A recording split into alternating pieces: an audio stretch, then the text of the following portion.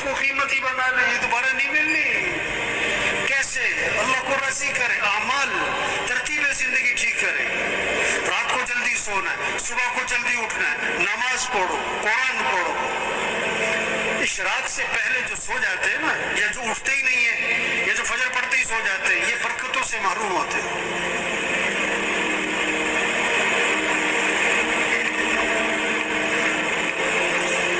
یہ جو بیٹھے ہوئے ہیں نا ابھی، ان میں سے اکثریت وہ ہے جو فجر میں نہیں ہوتی مسجد میں، ان کا بیٹا نہیں ہوتا ہے، ان کا داماد نہیں ہوتا ہے، اس لیے انہوں نے رشتہ کرتے وقت یہ نہیں دیکھا کہ یہ نماز پڑھتا ہے کہ نہیں پڑھتا، انہوں نے دیکھا کہ یہ پیسہ کتنا کماتا ہے۔ یہ بیٹی کا رشتہ تلاش کر رہے ہیں، کیوں؟ کس کو پیسہ کون زیادہ کماتا ہے، یہ نہیں دیکھ رہے تقوی والا کون ہے، ایمان والا کون ہے، اعمال والا کون ہے، حیا ہے کہ نہیں، اللہ کا خوف ہے کہ نہیں، اس میں انسانیت ہے کہ نہیں۔ معاشرہ بگڑا ہوا ہے، معاشرہ بگڑا ہوا ہے، معاشرہ کیسے سنورے گا؟ بھئی تم اپنے آپ کو ٹھیک کرو، تم اپنے آپ کو ٹھیک کرو، اپنے گھر کو ٹھیک کرو، اپنے بولنے کو ٹھیک کرو، اپنے سننے کو ٹھیک کرو، اپنے دیکھنے کو ٹھیک کرو، اپنی کمائی کو ٹھیک کرو، اپنے خرچ کو ٹھیک کرو، اپنے گھر کے نظام کو ٹھیک کرو، معاشرہ سنورنا شروع ہو جائے گا۔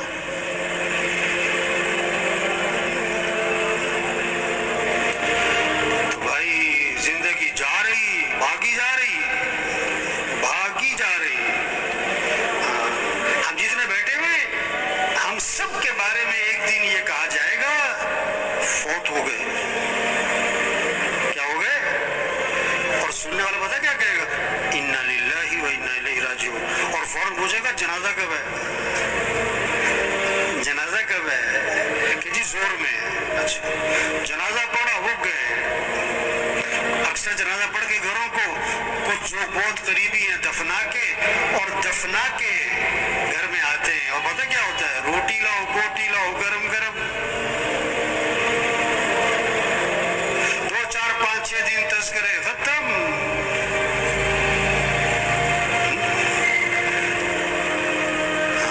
تو میرے بھائیو، اپنی زندگی کی ترتیب ٹھیک کریں، ترتیب زندگی ٹھیک کریں، گھر جائیں سب گھر والوں سے طے کروائیں کہ دیکھو بھئی اپنی زندگی کی ترتیب ٹھیک کرو، نظام الاوقات بنائیں، سب اپنا نظام الاوقات بنائیں، گھر والوں سے نظام الاوقات بنوائیں، کاپی پینسل لو، ہر بچے کے ہاتھ میں کاغذ قلم دو کہ بیٹا لکھو کب سونا ہے کب اٹھنا ہے، نماز کی ترتیب بناؤ، قرآن کتنا پڑھنا ہے، روزانہ تسبیح کرنی ہے، سیر کرنی ہے، اتنے وقت سیر کرو، جم جانا ہے جاؤ، یہ وقت ہے جم کا تمہارا، کھیلنا ہے کھیلو، یہ وقت ہے کھیلنے کا، یہ وقت ہے تمہارا دکان دفتر کاروبار کا، اتنا وقت تمہیں مسجد کو دینا ہے، اتنا وقت تمہیں قرآن کو دینا ہے، سب سے طے کرواؤ۔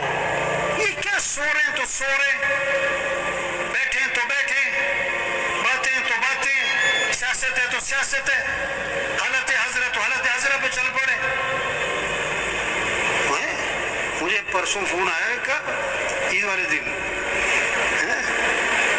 کہتا مولوی صاحب میں نے ملنا ہے آپ سے۔ میں نے کہا جی بات کرو، کیا بات کرنی ہے؟ کہنے جی میں نے ملنا ہے۔ میں نے کہا کام کیا ہے؟ کہ جی ویسی گپ شپ مارنی ہے۔ گپ شپ مارنی ہے؟ وہ اتنا ویلا گپ شپ مارنی ہے؟ وہ مسلمان کے پاس کہاں وقت ہے گپ شپ مارنے کا؟ کہتے ہو بیٹھو یار، کوئی وقت بیٹھ کے وقت پاس کرے۔ وہ یہ بڑی قیمتی زندگی ہے اور نہیں ملنی دوبارہ، اور جا رہی ہے۔ ایک ایک دن قیمتی ہے، ایک ایک منٹ قیمتی ہے، ایک ایک لمحہ قیمتی ہے، اس کو قیمتی بنا لیں۔ یہ گنے کا رس بیچتا ہے نا، گنے کو ڈالتا ہے بیچ میں مشین کے، پھر چھلکے کو دورہ کر کے بھی ڈال دیتا ہے، چورا کر کے بھی ڈال دیتا ہے، اس کو نچوڑتا ہے اچھی طرح۔ اس طرح اس زندگی کو قیمتی بنا لیں۔ عجیب بات ہے، اگر کسی کی سمجھ میں آ جائے نا، بڑی عجیب بات ہے، بہت ہی عجیب بات ہے۔